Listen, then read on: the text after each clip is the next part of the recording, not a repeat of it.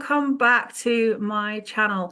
Today I want to dive into a subject that really fascinates me from my own experiences and no experiences that many other people have, is contact with non-human entities, contact with fairy folk or just strange and mystical beasts that people have come across in nature or in their homes.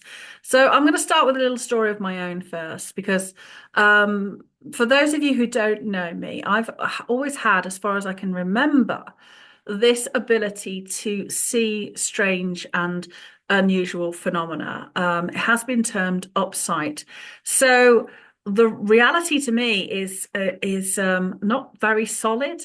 There are all these energy formations around it. I see earth energy, I see energy layers, I see energy grids, I see other formations as well, sort of wormholes in the air that look through into other dimensions.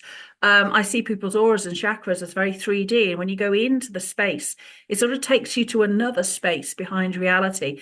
So it's like the world is, reality is very multi-dimensional. And our 3D world that most people perceive as sort of solid and bounded is really sort of paper thin in many respects. And I always said, I often say that, well, I've always had this ability.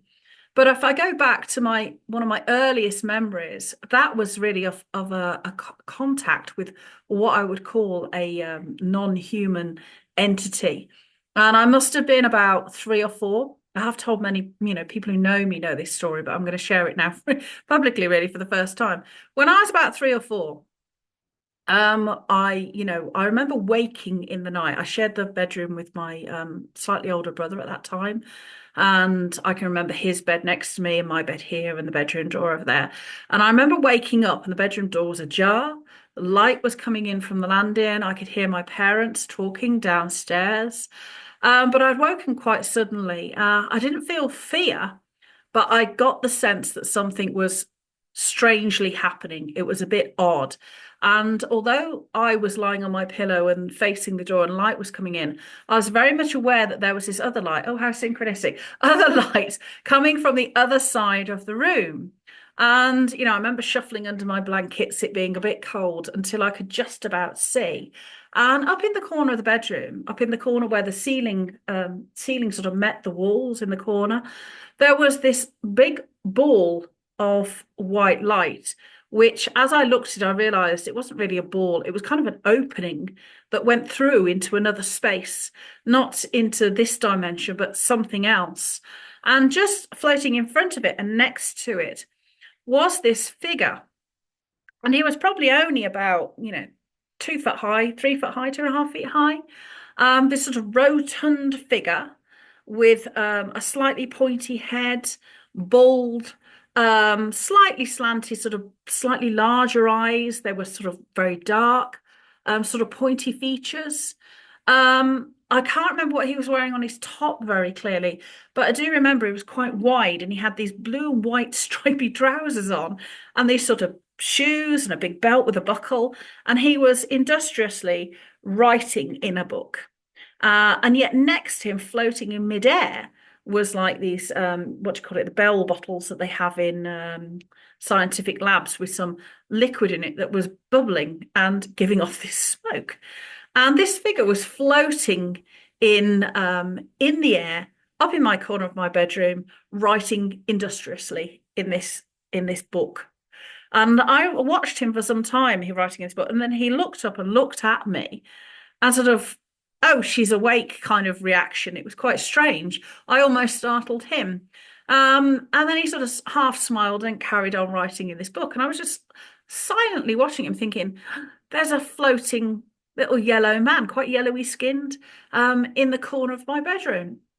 And then he turned around and went into this ball of light. And he didn't just sort of plop through. It was almost like he went off into the distance, into the far distance, until he disappeared. And then gradually, this light almost closed, but not quite. It left this little gap there. And that gap stayed there for a long time. So I could sort of see through into this other place.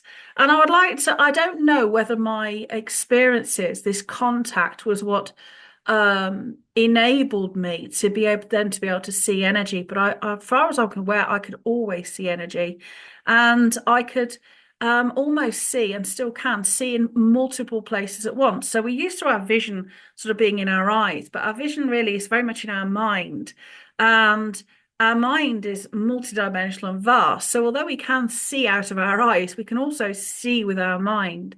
So as a kid, I was fascinated when I realized that this was a possibility, that my mind could actually be outside of my head. So as a kid, I would be playing out in the garden, and all of a sudden I'd have like dual vision. I'd be able to see what was in front of me, but also be able to see a completely different picture of reality. And sometimes that was from an animal's perspective or an insect's perspective. And I'd sort of be able to see, and then I'd be looking at what I was doing, looking at how that vision would change over there. And if it was an insect in my own garden, for instance, I would then be able to walk to where it was because I could see what it was seeing, and I'd inevitably find this thing. That sounds really mad, but I did that quite a lot as I grew up, seeing out of sort of animals' eyes and seeing their view. Often they were in proximity enough for me to be able to do that, but it was something that used to fascinate me to be able to do this. And I don't know if that's something that got triggered when I had that encounter as a child, or whether there was something slightly weird about my wiring, and that's why he was there, maybe coming to check on me. I don't know. And I wouldn't say that that is definitely what that figure actually looked like in real life.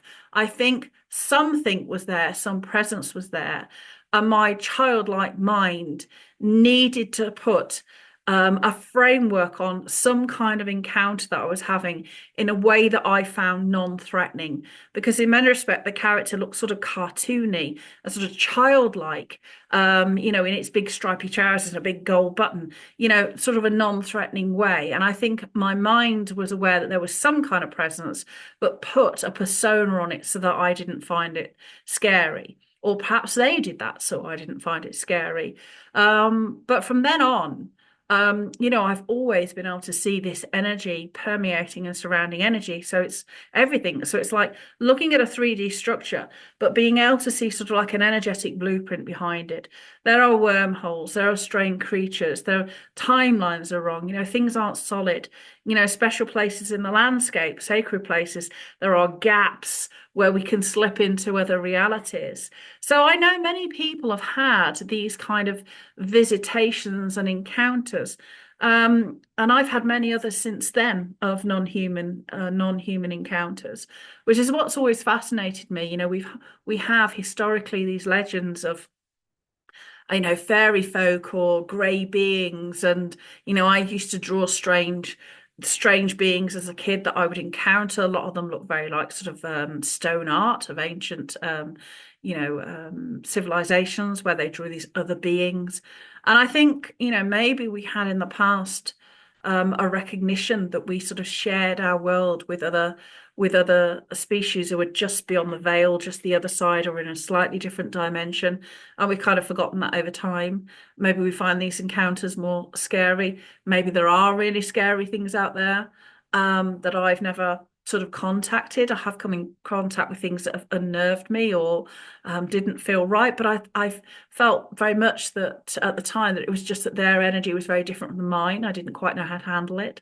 So I'd love to hear from you if you've had encounters with non-human beings. What was it? I know people who've been mountain biking have seen like a cross between a pig and a pig's body and a man's head running through a forest.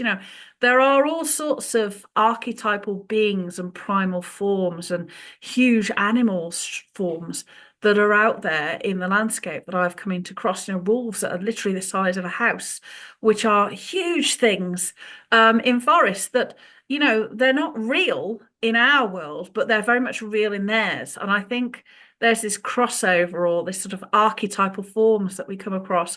And, these have always fascinated me. And I do wonder whether they have a lasting impact on us, whether somehow by these encounters we are somehow altered.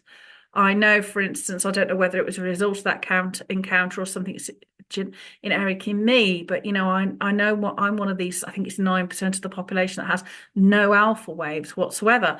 So, when people say, "Oh, go relax, go into an alpha state," I don't. I go into having dreams whilst I'm awake.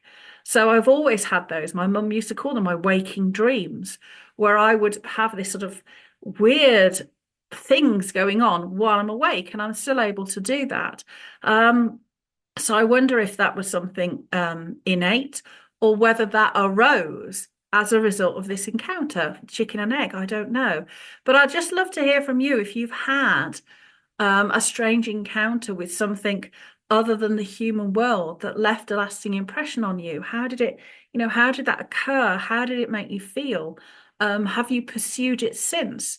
In many respects, that first encounter became the first of many for me. And as I grew older, and then particularly when I moved to Ireland, and landscape energy exploded into my awareness, and I was assisted in that with what I would call non-human entities who taught me so much about earth energy and how it worked, which led to me becoming a geomancer. I just wondered whether that changed your perception of reality. Is it something you've pursued? Have you been able to tell people about the experience? Is it something you shy away from? Maybe you've got vague memories of something, but I would just love to hear from you in the comments. Have you had a similar type of experience? What did this thing look like to you? Were you alone? Were you scary? Was it scary?